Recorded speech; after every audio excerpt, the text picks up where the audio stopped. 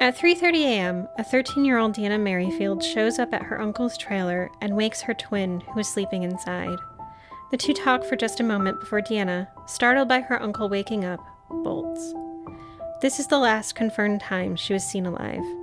Since 1990, the year she disappeared, until now, there are few clues that she might still be out there somewhere. A collect call, a police computer search, a sighting, or any of those proof she's still out there. This is her story.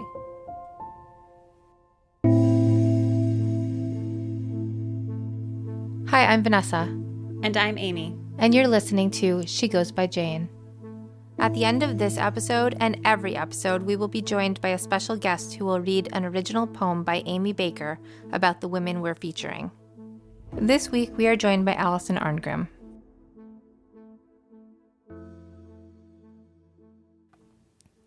Hi, Vanessa. Hi, Amy.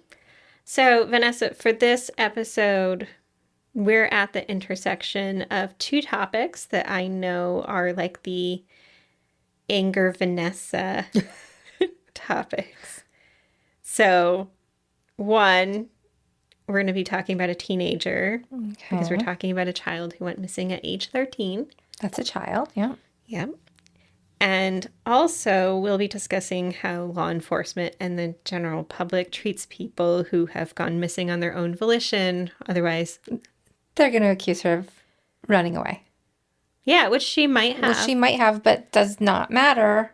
Exactly. So, again, regardless of if we run away or not, we still need to find you. Yes. So it's like the intersection of those two things on today's episode. So I know that you're going to have a lot of thoughts on that as we're going through. Yeah. And I feel like at this point, everybody knows my thoughts really well on that. Right. Yeah.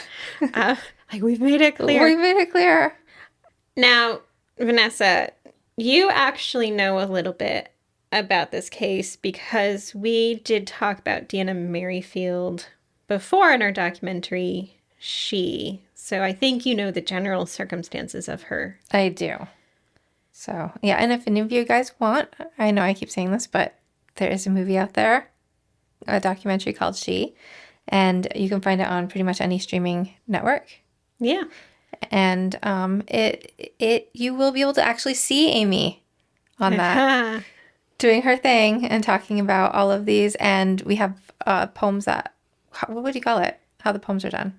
They're woven. The poems are there and they're woven throughout the documentary. But like the visuals. Like, yeah, so it's like a poety word for the visuals when you put it into like a video type thing.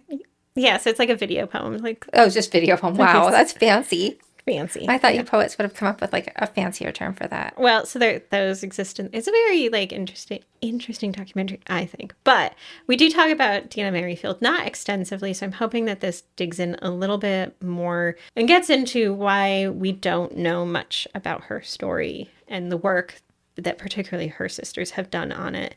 Now, Vanessa, in that documentary, you the viewers can't hear it. But like you have asked me some questions, which prompted some of my responses. And the question that you asked is like, I think about Deanna Merryfield was something about like which case, like which girl or woman's story do I think about a lot? And hers is my answer for it. It will always be my answer for it. Just because, I don't know, I think I said like she feels like an alternate version. Like the kind of like badass version of teenage you. Yeah. Like I wanted to be a badass. But you were a good girl. Yeah, because I did the opposite. Like in reaction to like a lot of trauma, I was like, must be the best kid ever and never get in trouble. But like I wanted to be perceived. Definitely a coping mechanism, and she went the other way with hers. Yeah, and I wanted to be perceived though as like the tough kid. But I'm like a marshmallow. But so I don't know.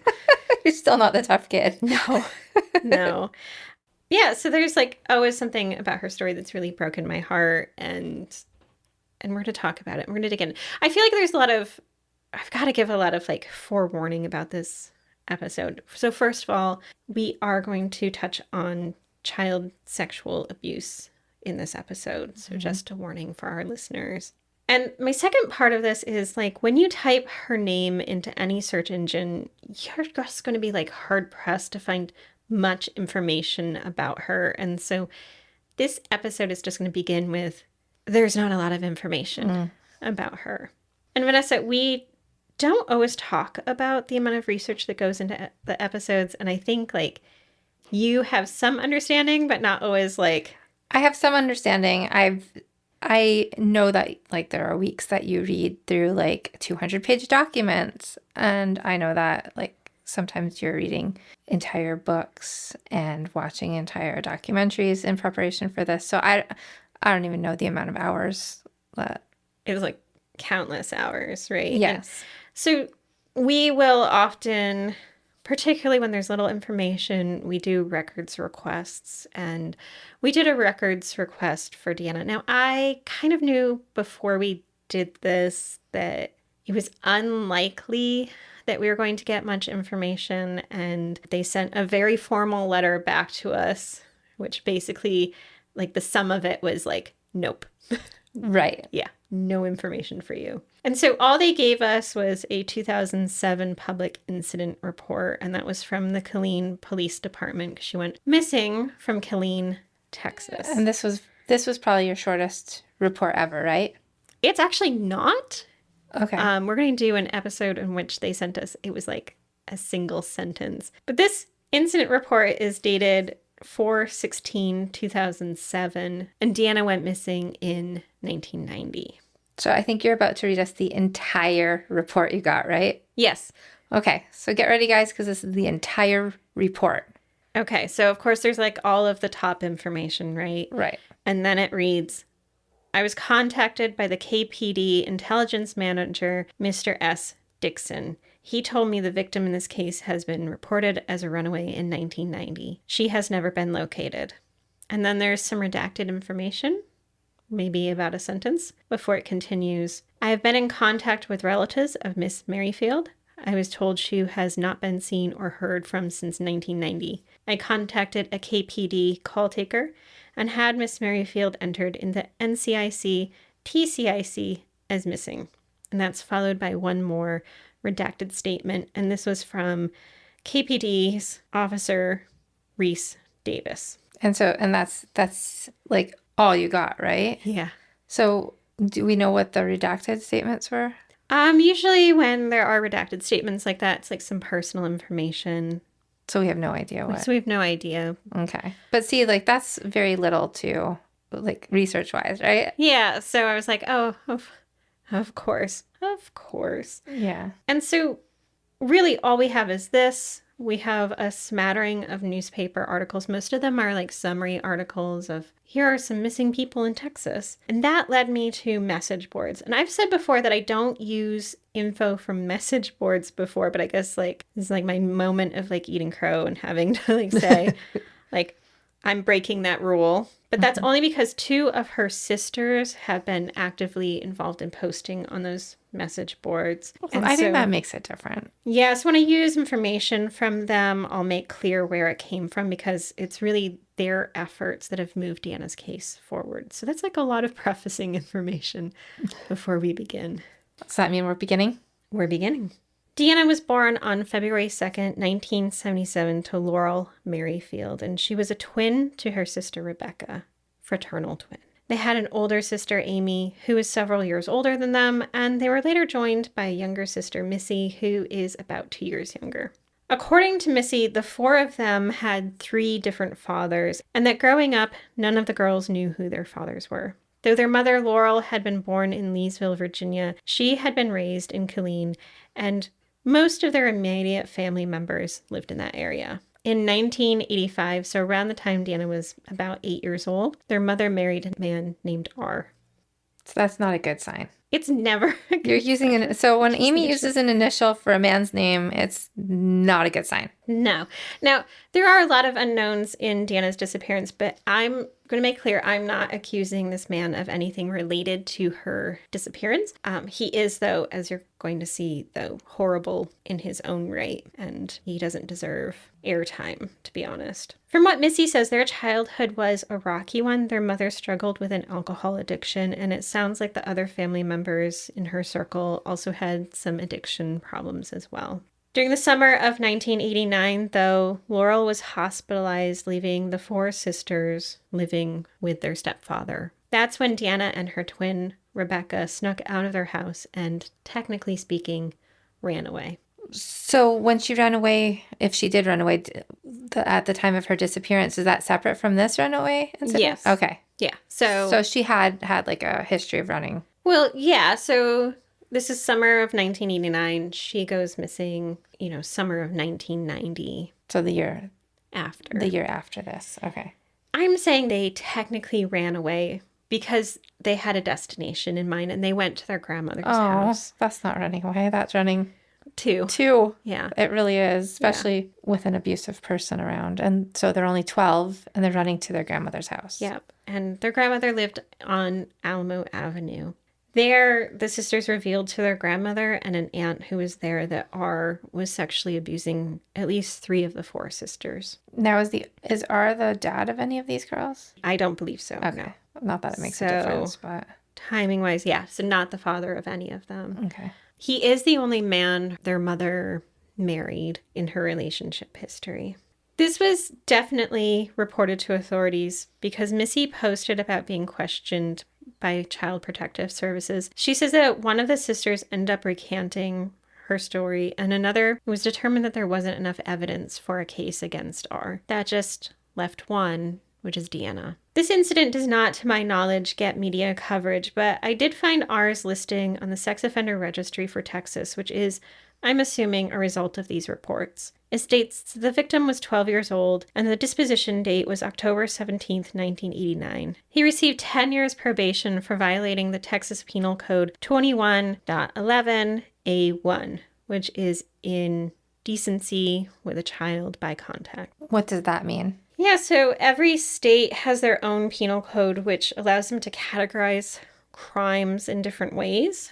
Texas Penal Code 2111 specifically addresses what is called indecency and divides it into 2 big categories. Sexual contact labeled as fondling and exposure. He was charged with A1, which is sexual contact of a child under 17, and that includes touching or causing the child to touch what I'll broadly call private areas. This can be over or under clothing. So again, he received no jail time, but he was on probation, and for the rest of his life, he will be listed on this sex offender registry. So it's not considered abuse in the same way that, it's considered lesser? Is that what it's just indecency? Oh, yeah. So, every state, it's really weird because, our state very much delineates, whether or not it's a stranger or whether or not it's, a known victim. And every state does their own kind of division of things. They end up going with sexual contact, and it's just broadly called indecency. Okay. It just sounds like they're almost, making different levels of abuse. So there are, yeah. Yeah. Yeah. And... Well, I agree. There are different levels. They should all be treated kind of the same way. You want I want a good punishment regardless. Yeah, not 10 years probation. Right. Yeah. Yeah. Yes, they're charging this specifically for him. Now, Missy posted that their mother was told that her daughters would not be able to live in the same home as R. But she says that once her mom was out of the hospital, Laurel chose to remain with R and living with him, which means the girls are the ones who had to go elsewhere. Amy, the oldest, wrote that she went to go live with her grandmother and that Deanna and her twin sister ended up at their uncle's place on Dimple Avenue at the Oak Springs Trailer Park. These 2 locations are about 2.5 miles apart from one another, so it's not that far, but far enough that they wouldn't necessarily be seeing each other every day. I think that's hard considering the amount of stuff that they've gone through already. For them to be separated now. Yeah. So they were just kind of split between family members. Mm-hmm. From both sisters' writings, it sounds like Deanna was always a bit of a tougher kid, and Missy describes her as being a fierce protector when she was being picked on by the other sisters. So Missy says that basically Deanna protected her So where did Missy end up living? Missy didn't write this specifically, but I do know that Missy ends up living back at home with her mom. So I'll take it she's the one that wasn't abused. I'm not sure. We're not sure. Okay. She doesn't write about that specifically, so I don't want to make any assumptions. Right. Okay. Yeah. She also shared that Deanna would blare Def Leppard, Whitesnake, Ozzy Osbourne. So if you flash back to 1989, 1990, she's your like hard rock loving teen of the time. And like a lot of young kids who have experienced trauma, it also seems like she was working hard to develop that tough persona that we were talking about. And her sisters say she started smoking and dating boys. This is another thing that like kind of ends up, I think, being upsetting in like people's perception in relation to kids and teens when they start acting out. They're like, that's just a bad kid. Yeah, so she's often referred to as troubled. And, Yeah. like, you can't see, like, my big quotes that I'm putting around Right. that. But, like, yeah. I mean, is she troubled or did she experience lots of trauma? Right. That's what I always wonder about. Like when somebody accuses a kid of being just a bad kid, I'm like, is that a bad kid? Or is there something going on in that kid's life that we should be sensitive to? Yeah. Maybe the kid needs extra love instead of less. But anyways, that's another topic. Yeah. That annoys. Now, you have to remember, again, the girls were largely split up, so details about what was going on directly leading up to Deanna's disappearance are hazy for them as well as it is for investigators. At the start of 1990, she had been living with her uncle and her twin sister, and it seems based on Missy's posts, like for a brief period, she did end up staying at a friend's house with their family. By the summer of 1990, although she'd been in other middle schools, I'm guessing due to housing changes, she was just getting done 7th grade at Manor Middle School. That fall, she was set to attend Fairway School, but for now, it was summer break. According to her older sister Amy went to go stay at her aunt's house in Virginia that summer. And for some reason, Deanna opted to take her place at their grandmother's house instead of staying at her uncle's. But none of the sisters are sure why she wanted to do this. I think there's some possibility from the outside, and I have seen some speculation of this, that she may have had some tensions or issues with her uncle. But Missy wrote that this isn't true. And we're talking here about a kid who's been through so much, right? Mm-hmm. It could just be that she didn't feel safe with a male household member in general. Or that she connected with her grandmother and wanted to be with her. Like, after all, that's who she went to report the abuse. Right. And sometimes it's just fun to do something different when you're a kid. Yeah. Or anytime. Or, you know, like sometimes it is like, hey, I have like twins sometimes really want to define their own separate identities. Like it could be any number of things. So at this point, summer 1990, she is living with their grandmother. Amy is in Virginia with their aunt. Rebecca, Deanna's twin, is at her uncle's, and Missy is living with her mom and R. On the night of July 22nd, 1990, Deanna was at her grandmother's house on Alamo Avenue. The two of them stayed up late watching movies until about 1:30 in the morning before heading to bed. At around 3 a.m., Rebecca, Deanna's twin, was woken up to tapping on her window. Outside was Deanna. Rebecca slipped outside to talk to her, but the two didn't get far in their conversation. Missy wrote that basically there was enough time for Rebecca to ask Deanna what she was doing, and for Deanna to respond something along the lines of, nothing, just driving around. All of this noise seems to have woken up their uncle, who basically kind of, I think, stumbles out there and told Deanna to go home. And upon seeing him, she basically bolted. Wait, so Deanna's just driving around?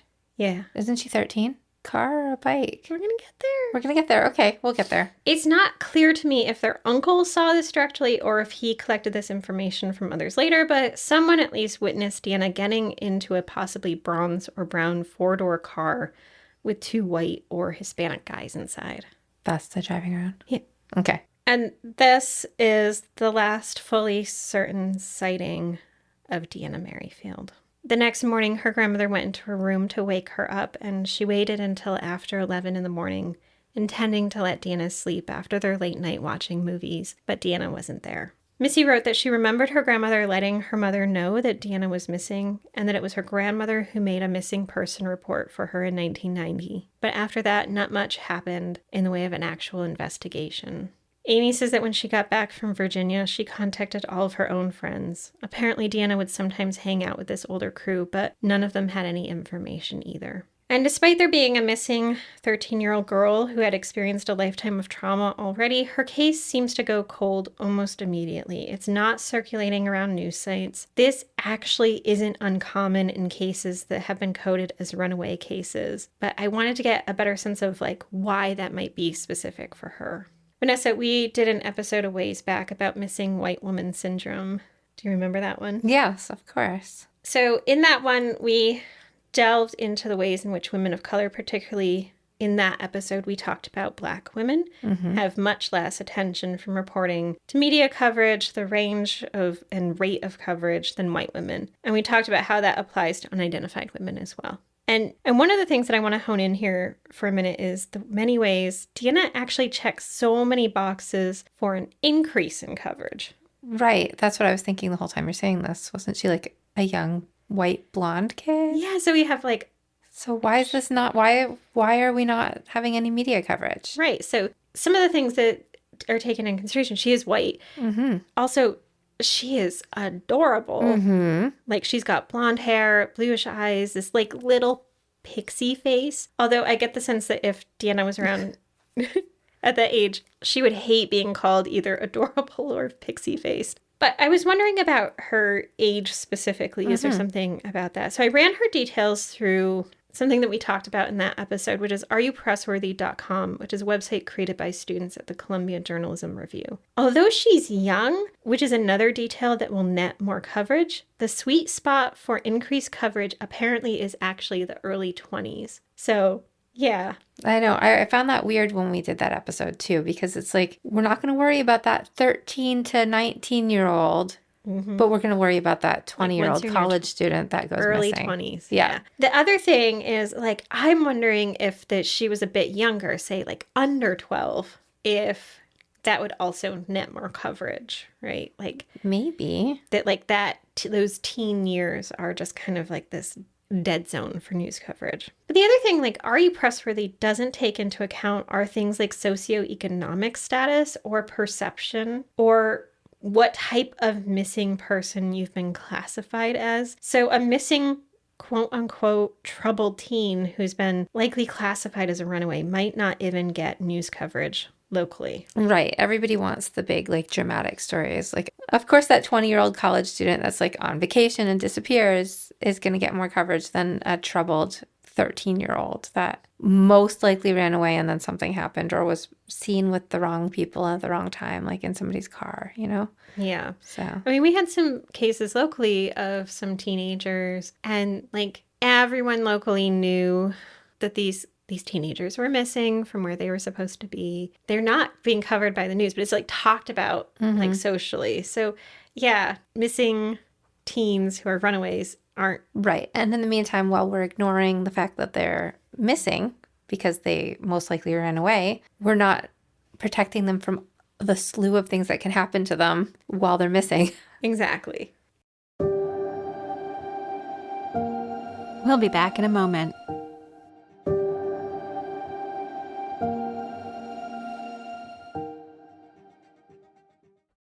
So to this, we're going to add in the fact that Colleen basically bumps up against Fort Cavazos, which at the time was known as Fort Hood. And then you have another confounding factor. Colleen's news archives really aren't readily available, but at the end of July, the Pentagon was talking about dismantling the 2nd Armored Division at what was then Fort Hood. There were some pretty broad base closures and shuffling in the 1990s, and this was one of those proposed actions. So this was like top news in the area at the time. It was like dominating the news because Fort Hood and Colleen are scrunched up next to each other. And so this potential closure was... So we didn't have media time for a missing child. Yeah, not that I think that she would have been covered anyway, but like that's what was in the news. Okay. And then you add into the fact that the Gulf War started a little over a week after she went missing. And not long after that, 1,000 soldiers were deployed from Fort Cavazos. And then you likely have like a news cycle that's just dominated by those two things. It's just like, and I know 1990 is a long time ago. I know that. But the way it's being treated is almost like the cases that we've talked about that happened in like the 60s and 70s. Like it doesn't seem like, it seemed like when we were talking about cases like 90s forward, there's an increase in care or awareness. And this one feels like there's not. It feels like a case that's happening even a longer time ago. Yeah. So like your hope is that like we're progressively getting better. Right. That's my hope. But even now, like, am I wrong? Like if a 13-year-old now, a troubled one, like runs away, are they still not going to get that much attention? I think it largely will depend on where you are and what your jurisdiction is. So like this feeling of like outdatedness that I'm feeling is really just circumstances? Yeah, I think that we hope that there's a better awareness and better education and all of that that's going out to responding officers when they're encountering cases like that, but I just don't think it's necessarily true in every case. Right. So yes, this feels like why isn't this? It's like 1990, which to us as a Gen X, is that what you are? I'm Gen X. Yeah, I'm like the last year of Yeah. I am honestly like a year and a half younger than Deanna. Oh yeah. So yeah, I'm almost 2 years younger than her, but still, like I feel like if I disappeared at 13, I wish there would be more happening than this, I guess. And there's just like and there's not. There's not, yeah. Yeah. It's disappointing me that somebody like at my time, like one of my peers could have just at any time run away and everybody would just be like, oh yeah, they're just gone. They're just gone, yeah. So we have like a media who isn't picking up her disappearance. We have really, I can't tell because I don't have the records, but what feels like a lackluster response from investigating agencies. Right, because she'd be like 47 now? I can't math, but... Okay, yeah. She would. Okay. So, yeah, I mean, we want so much more for her. We do. Yeah.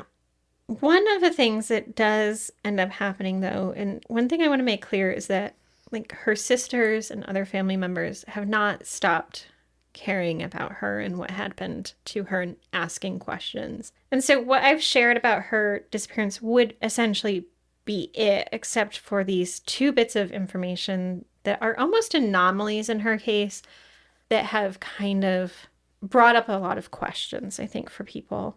The first is a phone call. By 1992, so 2 years after she went missing, it sounds like from Missy's message board post that Amy and Rebecca had their own apartment together. Amy would have been so young at the time in this moment to take on this responsibility, and Rebecca too. So they're living together and they get a collect phone call. I think that some of our listeners are aware of how collect phone calls work, so I'm just going to explain. Oh no. Is that where we are? That is where we are. Okay. You could either from a regular home phone or from a phone booth dial 0 and then call a phone number collect. If you were at a regular landline, this meant that the long distance charges would be charged to the person you were calling. And if you were at a payphone and didn't have change, this was a way to call without needing to insert change. Now, what would usually happen if you were the person picking up on the other end is that you would be asked if you would accept a collect call from blank, and the other person would insert their own name. Now, tons of people didn't actually want to stick their friends and family with charges, so you try to get out your whole message in the space where your name would go sometimes. So like, pick me up or whatever, and they would just know that it came from you, right? Yeah. Anyway, in 1992, a collect call comes in, and apparently Rebecca's the one to answer it. The operator asks if they'll accept a collect call from Deanna, and Rebecca, of course, says yes. But there's no one on the line when it's transferred over. Now, normally, like you're just saying, when they would say, do you accept a collect call from that blank space, we would say our own name. Mm-hmm. Was it actually Deanna saying her name? Or was Rebecca unclear about that? It's unclear. Like, I don't think anyone has ever said... Because, like, if you've ever been on the receiving end of a collect call, yeah, it's always weird because it's like almost like an animated type operator voice, and then there's that little like quiet, like of the person saying their own name. So it's like this very strong, like, do you accept this call from Vanessa? Yeah, and then it goes on. So I mean, I feel like She wouldn't be able to like re-listen. Once she listens once, that's it. That's it. So in that one time, you'd have to grasp, is this actually her voice? So you'd have to process so much. I bet she still thinks about that now. Wait, was that actually Deanna's voice? Yeah, right. Yeah. So she's likely processing all that, you're right, when that call comes in. Later, it says on the phone bill that it's listed as coming from Cave City, Kentucky as the origin point, although I've also seen it listed as Horse Cave, Kentucky. The two are just down the road from one another, Cave City and Horse Cave. But for reference, this part of Kentucky and Killeen are about 900 miles apart. Though Deanna's sisters won't learn about this next kind of anomaly for a while, the second blip on the radar actually happens in 1995. Now, for some reason, Deanna's name and date of birth are run through a police computer system in Hurst, Texas. Hurst is about 2.5 hours away from Killeen, in what I'm going to call the Dallas metropolitan area. As far as I can tell, no one has publicly said why her information was run, and it could be that there isn't clear documentation for the reason. They just know that her name and date of birth went through this system. We do know, though, that Deanna's grandmother asked police in Killeen about Deanna in October of 1995, according to message board posts. At this point, she was informed that Deanna had been taken off missing persons lists when she turned 18. I know that that fact can seem strange, that she would be taken off and that there must be some solid reason that she was taken off. Mm-hmm. But we've covered several stories already about women and girls whose cases have been removed from missing persons lists for various reasons. So when her grandmother goes in and asks about it, she gets a new case number, Deanna does, and that's kind of it for a while.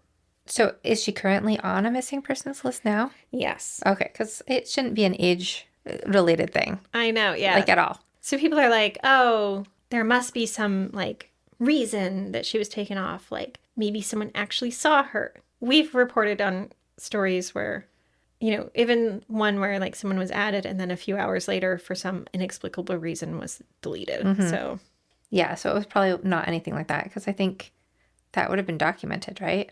One If they would were removed assume. because they were found, yeah, you'd have to document that. right. I'm Assuming.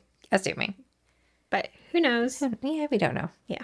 Around 2007, though, Missy arrives in the Web Sleuth's message boards in an effort to find out more information about her sister and to get more eyes on her case. At this point, Deanna would be about 30 years old.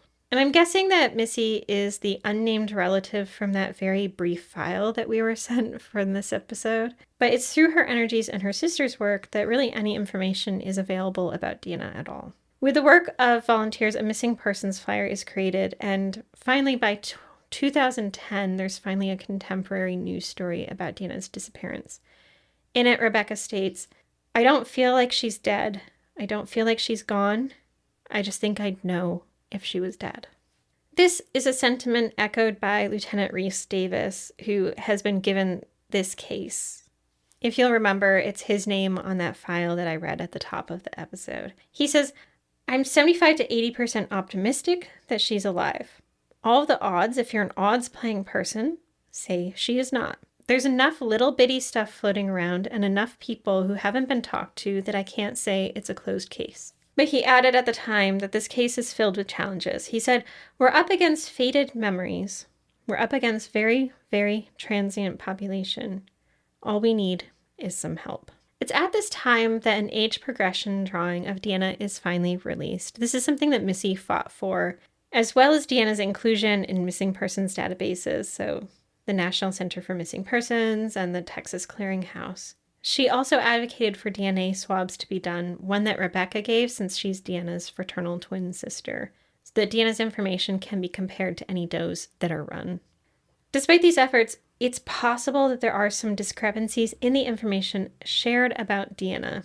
In many places, it's listed that she has a number of tattoos, which include the last name Merriweather on her neck, a yellow rose with the words Texas born, and a cross tattoo. This is information that I initially saw the first time I encountered Deanna's case. Vanessa, we usually save conversations about the tribute poem for our Patreon supporters in our Behind the Poem series, but I'm sharing this now because it's important.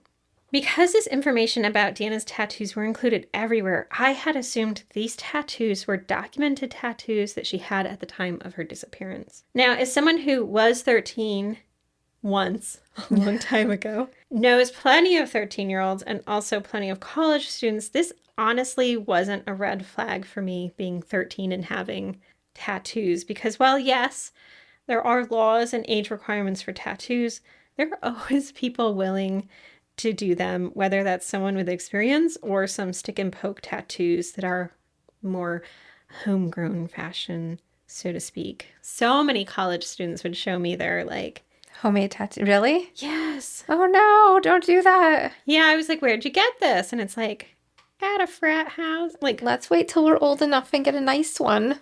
no, like they're, No. and I'm always like, what a Maybe nice infections or tattoo. something. I did ask if in the future, if they were getting word tattoos, to please have me proofread them first. Oh no, you've seen that? Yeah. Oh, Yeah. that's sad. Yeah. And definitely like my brother was like this kid. Did he have some DIY tattoos? He definitely did like a DIY tattoo in his bathroom, like in the middle of the night. Did it turn out okay? It turned out. Oh no. And it's quite large too. Oh really? Yeah, like I want to say like almost like dollar bill sized. Oh, that's A significant. impressive because I think I would have quit. He Partway. committed. Oh yeah. Yeah. I guess if you're like, I think he was 15 or 16 at the time, and you really want a tattoo, like, You'll find a way. you'll find a way, right? So this was not a red flag for me that all these tattoos were listed on her profile, because I was like, 13-year-olds are gonna 13-year-old. And And there's no photo documentation of any of these though. no. So, but what I've learned now from piecing together information is that those tattoo details came from an acquaintance who claimed that they saw Deanna around, I believe, the year 2000. And this person claims that during the conversation, Deanna had these tattoos on her. This person also claimed that Deanna said that she didn't want to be found. Do we believe this person? Well, Missy does not. Okay. She says that she later learned that this information came from this person. And she says that she knows of this person and this person's word should not be taken as fact, which is why publicly Missy says that she objects to the inclusion of tattoos on Deanna's files. At this time that I wrote the poem, this information was not available, so the poem does include references to tattoos. So for clarity, there doesn't seem to be any clear evidence of these tattoos, and Deanna did not seem to have tattoos when she went missing at age 13. Okay, so that's just something that had been said, but her sisters have not seen them. Yeah. So Missy writes, like, essentially that she had asked the police department about the inclusion of it, and they were like, that's the information that we have. We're just going to throw everything in and hope.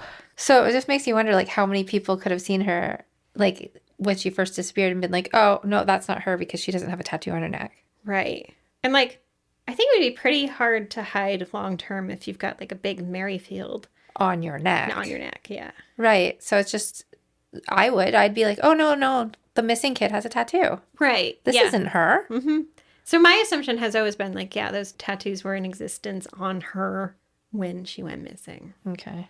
But yes, the poem does include that. So I don't usually include like conversations about the poems, but I feel like Just because we don't know now. now we don't know, right? So this is like, But when you wrote the poem, that's what you thought. So yeah, that's all the public information that was So out one there. of the things we talk about when we do have the poem, the behind the poem talks, is that like these poems are a time capsule essentially of what was happening with that case and with Amy at the time of writing them. So not all of them are going to, like, if you were to write them now, they Yeah. wouldn't be the same poem. So now I would be like, no, No, you're not going to put that part because it's questionable. But then if it was fact. it was fact. Yeah. Yeah, Which is also shows how these cases evolve all the time. right. And so this really brings us to like, what's next in Deanna's case? Because it's just what next, right? Right.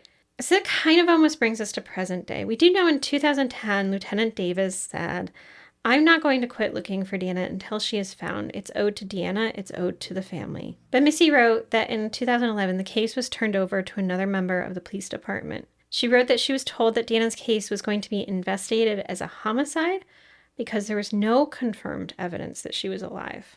It's about time on that, right? Yeah. Yeah. One of the things going back to, like, Missy saying that she doesn't think that she's just out there, it's hard for me to believe that, like, a twin wouldn't be looking for her sister. Right, that like the sisters weren't. Right. So it's just, like, if she was out there at some point, she probably would have broke down and contacted at least her twin. Yeah, so like really what has kept the story alive that she is still out there is like the collect phone call. Right. Why did her name get run in 1995? And then We the don't know. tattoo person. And then the tattoo person. Yeah. Yeah. But since this point, when they decided to change kind of the angle, there's largely been silence, at least publicly. It's really in the hands of the Killeen Police Department to move forward with the Deanna's case. In many ways, what might move this case forward is getting information about what was happening in Deanna's everyday life to investigators. Missing volunteers have written that any information about Deanna from her time in Killeen could be useful. We're talking about friends she hung out with, interactions that she had, conversations people had with her. And that's hard because we're really talking about childhood memories, but no matter how small a detail it could add to Deanna's case to help those involved understand that Deanna is remembered and people care about her case. And we know that even if someone voluntarily went missing, it doesn't mean that they didn't encounter a dangerous situation after. But we do know that Deanna didn't take any of her belongings with her, nor has her social security number been used anywhere. It's possible that she didn't even intend on leaving that night. That's why getting as much information as possible, no matter how benign it is, could be the thing that helps. From my perspective, I am going to run on hope here, maybe unfounded hope, because as Vanessa said, chances are what we hope is not true. But my wish is that Deanna Merryfield is out there still blasting Pour Some Sugar on Me or Fool Fear Loving, and that one day, somehow, she'll hear just how much her sisters miss her. We are now going to listen to Amy's poem, Dustland Fairy Tale, read by Alison Arngrim. Alison is a New York Times bestselling author of Confessions of a Prairie Bitch, How I Survived Nellie Oleson and Learned to Love Being Hated. She is best known for her portrayal of the incredibly nasty Nellie Oleson on the much-loved long-running hit television series Little House on the Prairie. Her one-woman show, Confessions of a Prairie Bitch, has now become a worldwide phenomenon. As a stand-up comedian, Alison has headlined at the Laugh Factory, the Comedy Store, and the Improv in Los Angeles, as well as comedy venues all across the United States and Canada. She is currently starring in 2 comedy series pilots, Life Interrupted and C.P.R, Child Performers Resurrection Talent Agency. Her film credits include Make the Yuletide Gay, Living the Dream, Tinder and Grindr, The Bill Burr Club, For the Love of May, and The Last Place on Earth. In 2007, she began her foray into French cinema with the role of Edith in the French detective comedy Jean-Pierre Maquis' Le Deal. Alison's stage work includes The Vagina Monologues, Serena, Queen of the Tango, Dear Brutus, The Wool Gatherer, In One Bed and Out the Other, AIDS Us Too, Last Summer at Bluefish Cove, Joni and Gina's Wedding, and Flirting with Morty. In her spare time, Alison takes tourists on the rollicking comedy outing Nasty Nellie's Tour of Hollywood, where she simultaneously enlightens and amuses passengers with behind-the-scenes tales from both Hollywood history and her own life. Alison has a long history of activism, volunteering at the AIDS Project Los Angeles and the National Association to Protect Children, or protect.org, fighting to give children a legal and political voice in the war against child abuse. Alison currently lives with her husband of over 20 years and their evil cat, Clarice. Dustland Fairy Tale. Deanna Michelle Merryfield, 13. Missing since July 22, 1990, from Killeen, Texas. Title from The Killers. Inside the car, she slides against corsages of cigarette smoke in their foxed skin. The one with star-clustered lips kisses her wrist flesh, the blue of veins. She plans a revelation of pierced skin, holes safety pin deep, rubbed warm with India ink. They pull through the ruts of the trailer park, the murmur of dust behind them. door creaking, and footsteps, the only dark sounds. At her uncle's, she traces hearts on her twin's window, two unmirrored halves. Tapping on the glass, she spells out, "I miss you," hopes her sister hears the words in her dreams. She slides back, silvered hairs catching on the seat. In the plum-tinctured night, her twin sleeps, and she, in that husk of metal, the sallow burn of vodka in her throat.